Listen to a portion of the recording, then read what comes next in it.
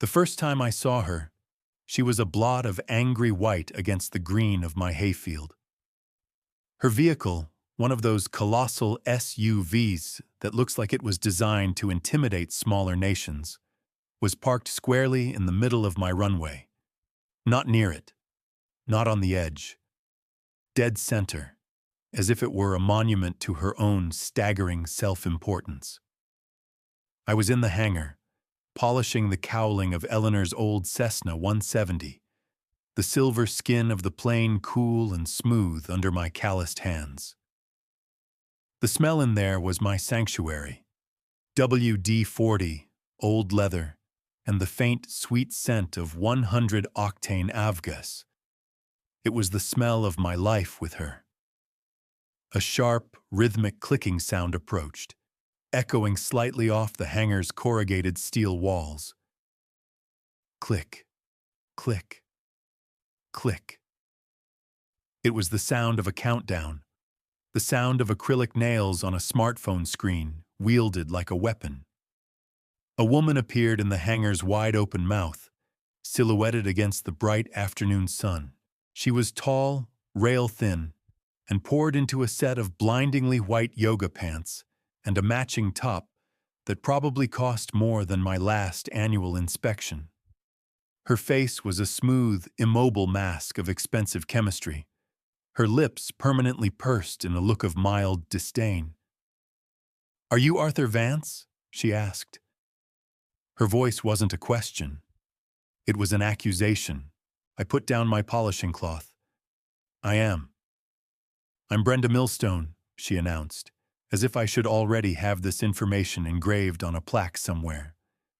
"I'm the president of the Eagles Crest Estates Homeowners Association." I nodded slowly, my eyes drifting past her to the gleaming white behemoth desecrating my landing strip. "You're parked on my runway." She waved a dismissive hand, the bracelets on her wrist jangling a tinny, irritating tune.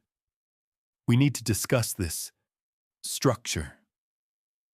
She gestured at the hangar, a building that had stood on this property for 40 years, 20 years before her gaudy subdivision was even a fever dream in a developer's head. "It's not in compliance."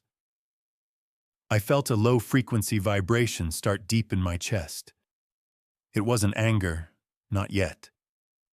It was the feeling I used to get right before a major systems test, a resonance that meant something was about to fail under stress.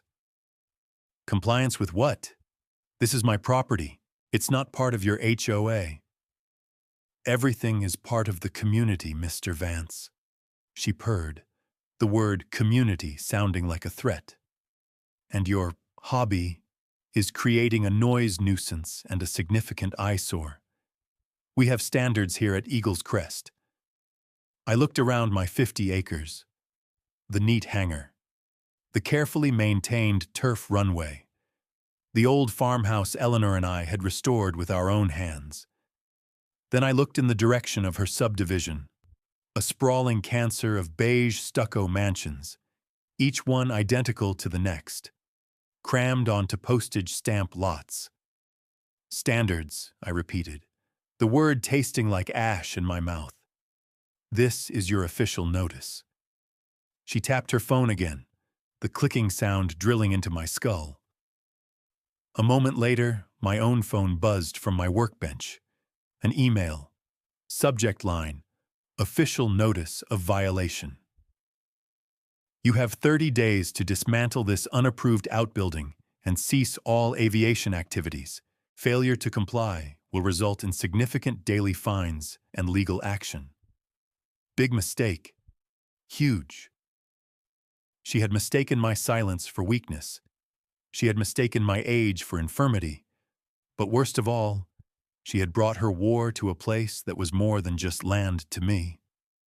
It was a memorial. Every blade of grass on that runway Eleanor and I had planted.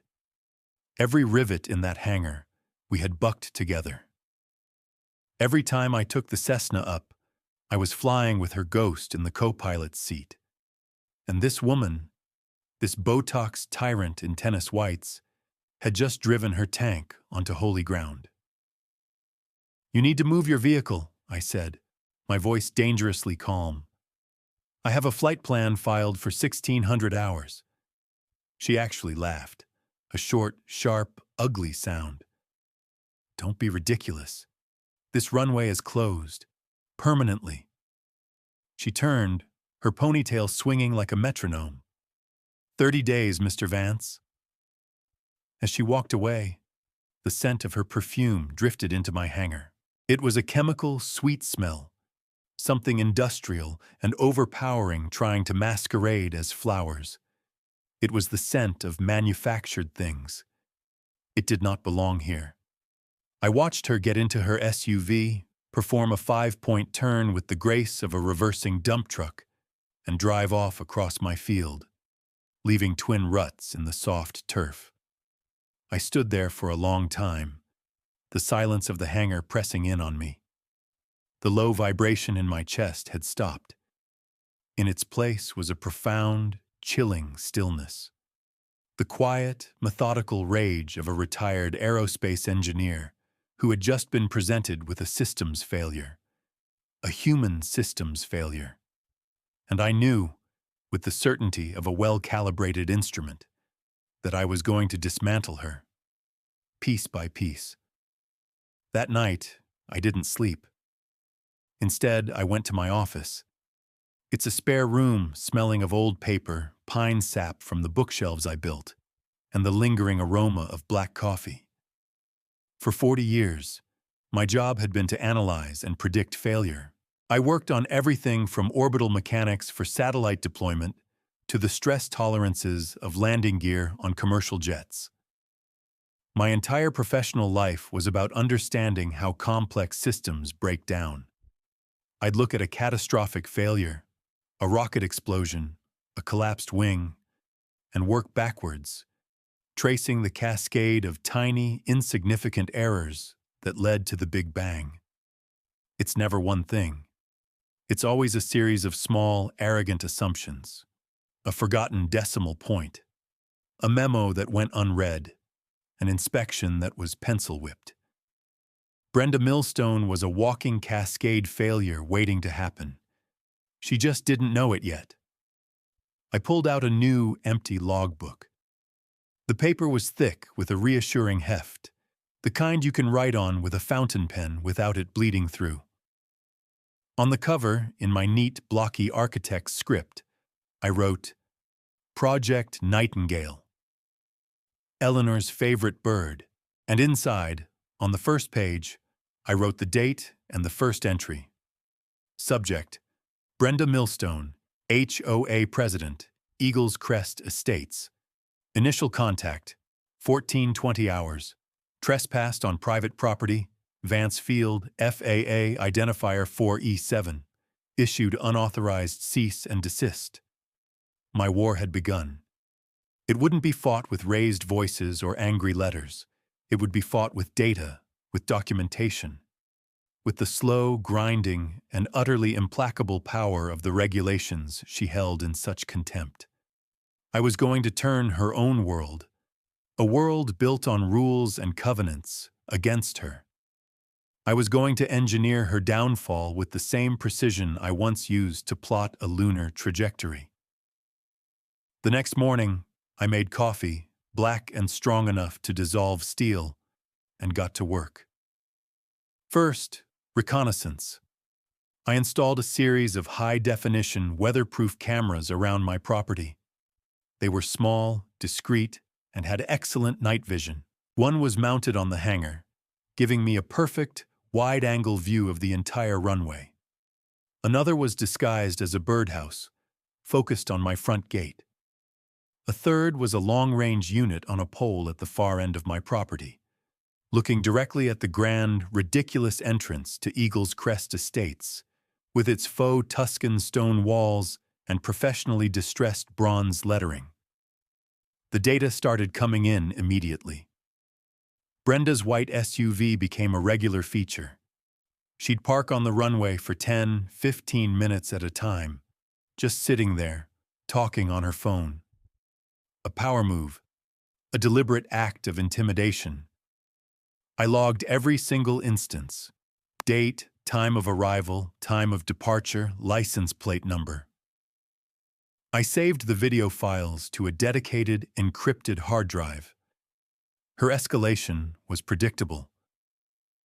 A few days later, official-looking letters started arriving. Certified mail. The envelopes were made of that thick, expensive paper that screams, "Trust Fund Lawyer." They were from the HOA's legal firm, citing non-existent county ordinances and misinterpretations of state aviation law. They were filled with blustering threats and demands for exorbitant fines for ongoing violations. Each one was a work of fiction, but a dangerous one. I scanned every letter, every envelope, and filed them digitally. Folder name, incoming fire. Then came the social media campaign. A resident of Eagle's Crest, a woman I'd never met, posted on the community Facebook page. It was a picture of my Cessna, taken from a distance with a telephoto lens. The caption read, "Does anyone else feel unsafe with this old man flying his rickety plane over our homes? What if he crashes into the community pool while our children are swimming?" The comment section was a cesspool. "I heard he's a crazy old hermit. Brenda is looking into it. She's our hero. That hangar is dragging down our property values." It was a classic information warfare tactic. Isolate the target, dehumanize them, create a public consensus that they are a threat. It was amateurish but effective. I took screenshots of everything. Every post, every comment, every profile picture of the people making the threats. It all went into the digital file. The real escalation, the one that solidified my resolve, came 2 weeks later. It was a Saturday. Eagle's Crest was having some kind of summer gala. I knew because a massive, professionally printed banner was hanging over their entrance. Brenda decided, in her infinite wisdom, that my private FAA-registered airstrip would make an excellent overflow parking lot. I watched on my camera feed as a parade of Mercedes, BMWs, and Porsches, directed by a teenager in a fluorescent vest, turned off the main road and onto my property. They drove right past my private property, no trespassing signs, and began parking in neat little rows on the turf. Within an hour, there were at least 50 luxury vehicles parked on my runway. My stomach tightened. An active runway is not a road. It's not a field. It has to be kept clear and in perfect condition. A single rut, a piece of debris, could cause a catastrophic failure on takeoff or landing. This wasn't just trespassing. It was reckless endangerment. I picked up my phone. I didn't call Brenda. I didn't call the HOA. I called the county sheriff. I explained, in a calm, measured voice, that I was the owner of a private, federally registered airstrip, and that a large number of unauthorized vehicles were currently trespassing and creating a significant safety hazard. 2 deputies arrived about 20 minutes later. I met them at the gate holding a thick binder. Inside were my property deeds, the FAA registration certificate for Vance Field, 4E7, and large, laminated satellite photos of my property lines. The deputies were professional but skeptical until they saw the paperwork. Cops, in my experience, appreciate good documentation.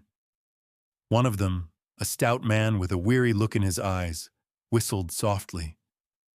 "Well, I'll be. This is all yours, huh?" "Every square inch," I said. "And they're all trespassing." The deputies drove their cruiser down the runway, lights flashing. The sight of law enforcement sent a ripple through the party next door. Brenda came marching across the field, her face a thundercloud. I watched through a pair of binoculars from my hangar.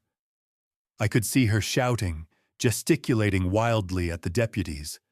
One of them just kept pointing back at me, then at the binder in his hand. Her arguments, I could tell, were having zero effect.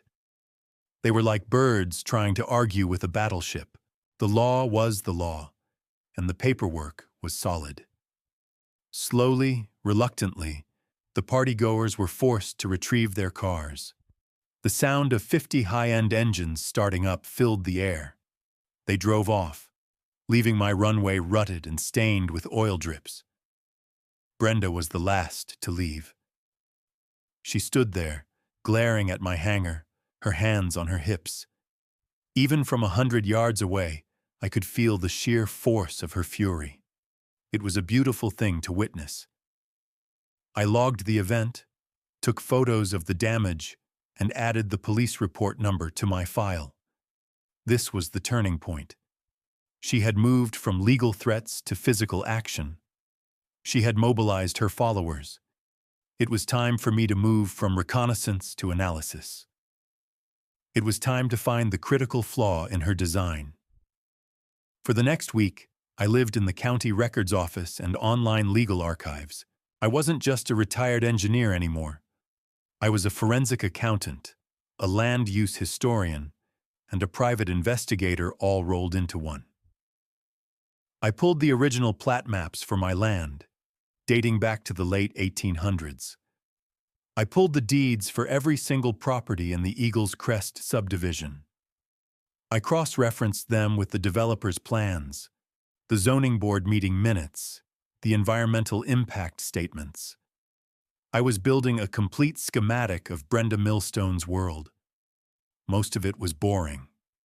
Standard boilerplate legal language, surveys, permits. But I know from experience that the devil isn't just in the details. He is the details. You just have to find the right one.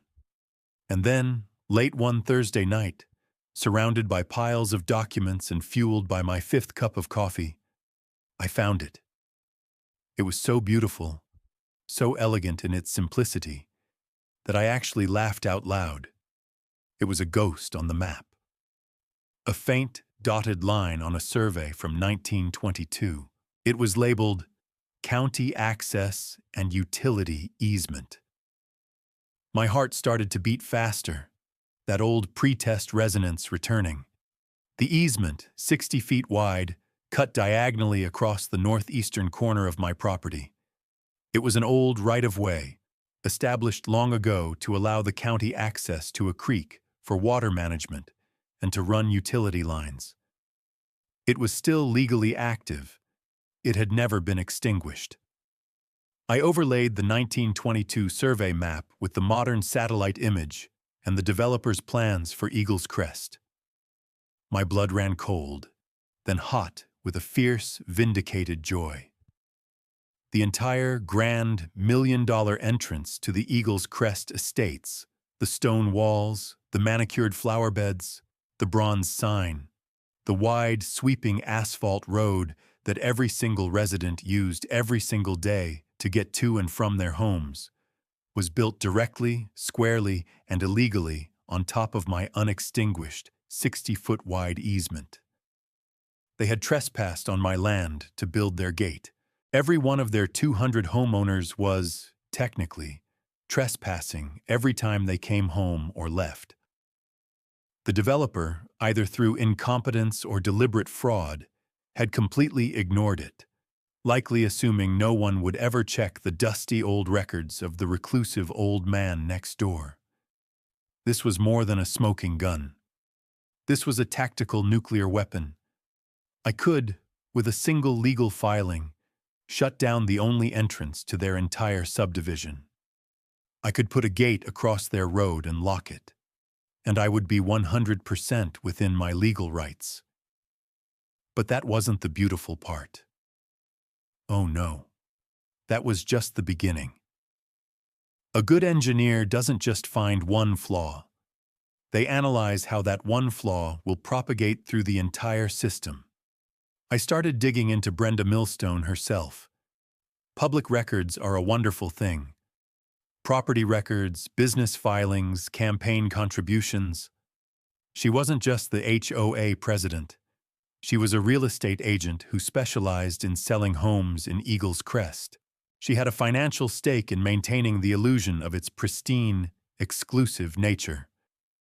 She was also a partner, along with the developer, in a small LLC. An LLC with a very interesting name, Eagle's Crest Air Park Management. My fingers flew across the keyboard. A quick search of the FAA database confirmed it. About 5 miles away was a small, exclusive private airport called Eagle's Crest Air Park. It was a playground for the wealthy. I cross-referenced the names from the HOA's board of directors, the ones I'd seen in their publicly available meeting minutes. Bingo, Brenda's husband, the HOA treasurer, the head of the Architectural Review Committee. At least a dozen of the most influential and wealthy residents of Eagle's Crest were pilots. They owned expensive Cirrus SR-22s, Beechcraft Bonanzas, even a couple of small jets. And they all based their planes at this private air park. Now for the final piece. The keystone. Every airport, even a private one, needs an operating certificate from the FAA. And to get that, you need to prove, among many other things, that you have adequate emergency access. I dug into the air park's certification files, which are a matter of public record if you know where to look. And there it was. The beautiful, exquisite, catastrophic discovery. The air park's primary emergency access route, the one the developer had certified in a sworn affidavit to the federal government, was listed as the County Access and Utility Easement, the one that ran through my property, the one their main gate was illegally blocking. They had lied. They had committed federal fraud. They had built their entire world on a foundation of sand, right on top of my land. And by parking on my runway, Brenda hadn't just angered a quiet old man. She had kicked the hornet's nest of FAA regulations. A nest I knew better than almost anyone. I leaned back in my chair, the schematic of their downfall glowing in my mind. It was a perfect, self-propagating systems failure, a beautiful, elegant cascade. My easement controlled their road. Their road was tied to their air park. Their air park was the pride and joy of Brenda's most powerful supporters. By attacking my runway, she had given me the keys to ground their entire air force. It was time to move from analysis to design. It was time to build my weapon. The first step was hiring a lawyer. I didn't want a courtroom brawler. I needed a specialist, a scalpel. I found a young man named David Chen, a land use and zoning expert whose online bio was filled with phrases like meticulous research and title law. When I met him, he was quiet, wore glasses, and listened without interrupting for a full hour as I laid out my logbook, my maps, and my discovery. When I was finished, he took off his glasses, polished them slowly, and said, "Mr. Vance, this is the most airtight case of easement infringement and title clouding I have ever seen. What is your desired outcome?" "I want to build a fence," I said, "and a gate, right where the law says I can." A slow smile spread across his face. "I think we can arrange that." While David began drafting the legal paperwork, injunctions, trespass notices, a quiet title action, I began the engineering phase. Building a fence wasn't enough. It had to be a statement. It had to be a monument to their arrogance. I spent 2 days in my workshop, drafting plans. I designed a gate 12 feet wide, made of 1/4-inch plate steel, reinforced with I-beams. It would be mounted on 6-foot-deep concrete pylons, with a heavy-duty lock that couldn't be cut with bolt cutters. And the fence itself? I ordered 500 feet of high-tensile steel cable and heavy-duty galvanized steel posts. It was the same type of cabling used in aircraft carrier arresting gear. Overkill? Absolutely. That was the point. Each post was set in a yard of concrete. I got all the county permits. Everything was surveyed, marked, and built to the exact millimeter of my property line. For 2 weeks, the residents of Eagle's Crest had to listen to the rumble of a concrete truck and the whine of power tools as my masterpiece took shape. They had no idea what it was. They just saw it as another crazy project from the old man next door. The final phase was the most delicate. With David's help, I drafted a formal complaint to the Federal Aviation Administration. It was not an emotional letter. It was a cold, technical document. It cited specific federal aviation regulations. It calmly stated that the certified emergency access route for Eagle's Crest Air Park, identifier 8E1, was obstructed by an illegal structure, the Eagle's Crest Estates entrance, and that the property owner of the easement, me, had not granted access. I attached copies of the deeds, the surveys, and photographic evidence. I sent it via certified mail to the FAA's Regional Safety Office. I knew what would happen next. An FAA safety complaint, especially one involving airport access and potential fraud, isn't taken lightly. It triggers an immediate, non-negotiable process. It was like flipping a single switch that would set off a chain reaction half a mile away. With all the pieces in place, it was time to set the trap. I looked up the Eagle's Crest social calendar online. Their biggest event of the year was the annual fly-in and charity breakfast, a day when all the wealthy pilot members would fly their planes to the air park, show them off, and raise money for some self-congratulatory cause. It was scheduled for a Saturday, 3 weeks away. Perfect. I composed a letter. It was polite, professional, and printed on good quality paper. I invited Brenda Millstone and the entire HOA board of directors to a community meeting to be held in my hangar on that Saturday morning at 9 a.m. The stated purpose was to discuss shared land use concerns and find a mutually agreeable path forward. I sent one copy to Brenda and one to the HOA's lawyer. I knew they would see it as a sign of surrender. The old man was finally cracking. They would come, not to negotiate, but to dictate the terms of my defeat. Their arrogance was the fuel my machine required. The day of the meeting, I was up before dawn. The air was cool and crisp. My new fence and gate stood like a sentinel, gleaming in the early morning light, right across their precious entrance. I hadn't closed the gate yet. That was for later. I brewed coffee, set out a box of donuts on a folding table in the hangar, and set up a projector and screen. I felt that old, familiar calm. The pre-flight checklist was complete. All systems were go. At 8:55 a.m., they started to arrive. Brenda's white SUV led the procession. She was followed by a handful of other luxury cars carrying her board members. They were all dressed in expensive casual wear, smiling, laughing amongst themselves. They looked like conquering heroes arriving to accept the surrender of a defeated enemy. Many other residents, drawn by curiosity, trailed behind them, parking along the edge of my property. The audience was bigger than I expected. Excellent. Brenda strode into my hangar, her entourage in tow. "Well, well, Arthur," she said, her voice dripping with condescension. "Decided to finally be reasonable, have you? Don't worry, we'll make this quick. We have our fly-in to get to." "Thank you all for coming," I said, my voice even. "Please have some coffee." I let them settle.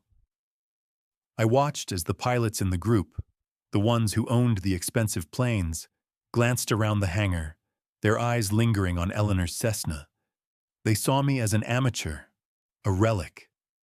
They had no idea we were all part of the same system, and that I was about to introduce a catastrophic variable into their equation. Once everyone was settled, I stood before the screen and clicked the first slide on my laptop. It was a high-resolution satellite image of my property and their subdivision. Good morning. My name is Arthur Vance. I've called this meeting to discuss a few pressing land use issues. I walked them through it, step by step. My voice was calm, the voice of an engineer giving a technical briefing. I showed them the original 1922 survey map with the easement clearly marked. Then I overlaid the current map, showing their entrance built directly on top of it. A few murmurs rippled through the crowd. I showed them the video clips, their cars parking on my runway, Brenda's SUV sitting there day after day. I showed them the photos of the damage to the turf. I showed them the screenshots of the Facebook posts, the threats, the libel. Brenda started to laugh. "This is ridiculous. You have no right. We have an agreement with the county." "Do you?" I asked politely. I clicked to the next slide. It was a signed affidavit from the county clerk, dated 2 days prior, stating that no record of an extinguishment or vacation of the easement existed. It was still legally mine. Brenda's smile faltered. Her board members started shifting uncomfortably. "As the legal owner of this easement," I continued, "I am, of course, concerned about its misuse. The law is very clear on the matter of trespassing and unapproved construction on a deeded right-of-way." At that moment, my lawyer, David Chen, stepped forward and handed Brenda a thick legal document. "Mrs. Millstone, you are being served with a temporary restraining order and an injunction, ordering you and all members of the Eagle's Crest, HOA, to cease and desist from using this easement, effective immediately." Her face went from smug to confused to furious in about 3 seconds. Her carefully constructed mask cracked like thin ice. "This is insane! You can't do this! You can't block our road!" "Oh, I think I can," I said softly. I clicked to the next slide. It was a list, a simple black and white list of FAA aircraft tail numbers, N123BM, N550TS, N789AC. The pilots in the room went rigid. A man in a leather flight jacket stood up. "What is this? Those are our planes. How did you get that?" "Public record," I said, just like the next document. I clicked again. The screen was filled with the letterhead of the Federal Aviation Administration. It was a notice of temporary flight restriction and airport safety review. It named the Eagle's Crest Air Park, 8E1 specifically. It detailed that, due to a credible complaint regarding compromised emergency access, all flight operations at the facility were suspended, effective at 0600 hours that morning, pending a full federal investigation. You could have heard a pin drop on the concrete floor. The color drained from the pilots' faces. Their multi-million-dollar toys, their status symbols, their entire reason for this glorious Saturday fly-in were grounded, indefinitely, because of a dirt path they never even knew existed. Brenda finally found her voice. It wasn't a purr anymore. It was a shriek. "You! You did this! You senile old bastard! You ruined everything! I'll sue you for everything you have! I'll destroy you." "I believe you're already being recorded, Mrs. Millstone," I said, gesturing to the small camera on a tripod in the corner. "Just like you were recorded last month telling the HOA board, and I have the audio here, that you knew about the easement and told the developer to, quote, pave over the damn thing. Who's going to stop us?" I hit a key on my laptop, and her own voice, tinny and arrogant, filled the hangar. "Pave over the damn thing. Who's going to stop us? Some old fool in a shack?" That's when the meltdown began in earnest.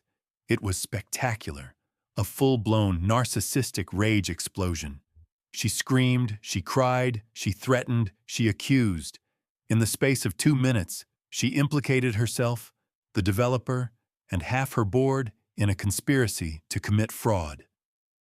It was more than I could have ever hoped for. And right at the peak of her crescendo, two vehicles pulled up outside the hangar. One was a county sheriff's cruiser. The other was a dark, unmarked sedan. The stout deputy from before got out, along with two people in sharp suits who had federal agent written all over them. The deputy came to serve the injunction. The agents from the FAA's Enforcement Division were there to talk to Mrs. Millstone about filing false documents with the United States government. The last sound I heard as they led her away was the beautiful, satisfying, mechanical click of handcuffs locking around her wrists. The aftermath was, in engineering terms, a total system collapse. Brenda was charged with a laundry list of state and federal crimes. The developer was indicted right alongside her. The HOA was sued into oblivion by its own members, who were facing a massive drop in property values now that their only legal access was through a gate controlled by me. Their exclusive air park was shut down for 6 months during the investigation, its license eventually revoked.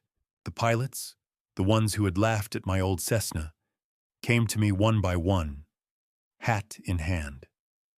They were desperate. A grounded pilot is a miserable creature.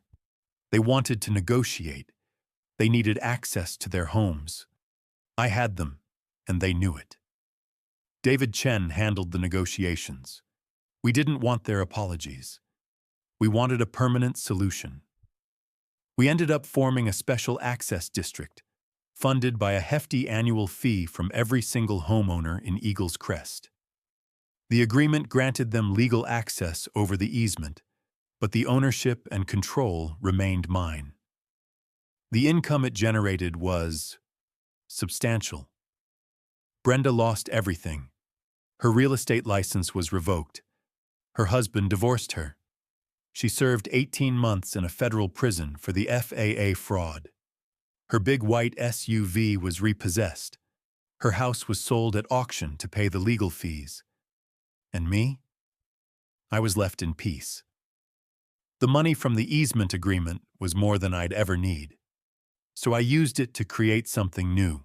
I established the Eleanor Vance Memorial Flight Foundation. We bought 2 new trainer aircraft and set up a scholarship program to teach young people how to fly, with a special emphasis on encouraging young women to get into aviation, just like my Eleanor had. My hangar is busier now. It's filled with the sounds of young, excited voices learning about lift and drag, about ailerons and rudders. The old farmhouse is a classroom, and Vance Field, my little turf runway, is a place of joy and beginnings. Sometimes, in the evening, I'll sit on my porch and watch the sun go down. I'll see the cars coming and going from Eagle's Crest, passing through the gate I now control. They thought my world was small and insignificant. They didn't understand that everything is a system. You just have to know the rules. Brenda Millstone saw my property as a nuisance to be eliminated. I saw her as a poorly designed component under unsustainable stress, and all I did was apply a little pressure in just the right place and let physics do the rest.